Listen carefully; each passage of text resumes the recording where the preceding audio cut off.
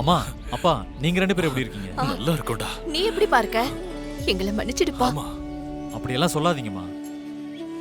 இல்ல அசோக், இத்தனை நாளா உன்னை பத்தி தெரியாம இருந்துட்டோம்ல. இட்ஸ் ஓகேப்பா. அதான் வந்துட்டேன்ல. உன்னை நாங்க ரொம்ப மிஸ் பண்ணோம்டா.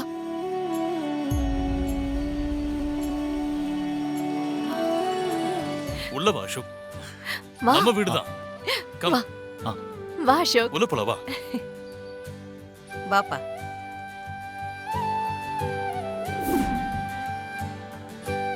வா அசோக். இதான்ப்பா உன் வீடு. அங்க பக்கத்துல இருக்கானே உன் பெரிய தம்பி ராகவ், ஓ. அவன் சின்ன Hello. தம்பி விஷால். ஹாய். உன் பின்னாடி நிக்கிறா பாரு உன் தங்கச்சி பல்லவி. ஹாய். ஹாய். மித்ராமா எல்லாரையும் எனக்கு போட்டோல ஓ, காமிச்சிருக்காங்க. பாட்டி ஆ? எப்படி இருக்கீங்க? ஆ, ரொம்ப நல்லா இருக்கு.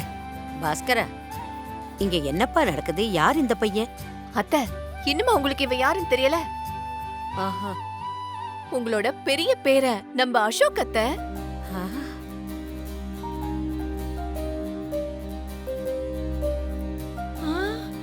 குறப்பிரசவத்துல பிறந்து இறந்து போயிட்டதா நினைச்சேன்.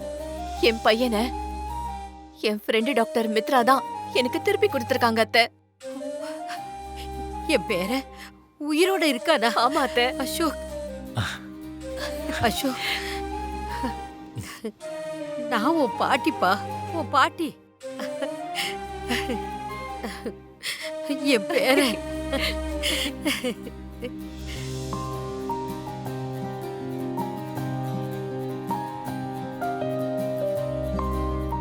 அம்மா, இது நம்ம அண்ணா அசோகா. பிரதர், உங்க எல்லாருக்கும் மனசுல என்ன ஓடிட்டு இருக்குன்னு எனக்கு நல்லாவே புரியுது. பிகாஸ் மித்ராமா உங்களை பத்தி எல்லாம் சொல்லும்போது எனக்கு இப்படிதான் இருந்துச்சு. அம், ராகவ், நம்ம அண்ணன் சாகலடா, உயிரோட தான் இருக்கான். ஏய், சூப்பர்ண்ணா. ஆ,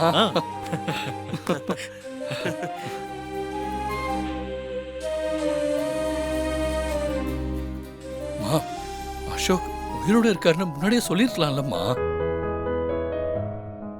ஆமாமா, ஒரே கன்ஃபியூஷன் ஆயிடுச்சுமா. குழப்பமே வேண்டாம். நான் உங்களுக்கெல்லாம் விவரமா சொல்றேன். அசோக் உயிரோட இருக்கிறது எனக்கே கொஞ்ச நாள் முன்னாடி தான் தெரியும். அசோக் குறைபாடோட பிறந்ததுனால டாக்டர் மித்ரா தான் என்கிட்ட போய் சொல்லிட்டு இவனை தான் பாதுகாப்புல வளர்த்திருக்காங்க.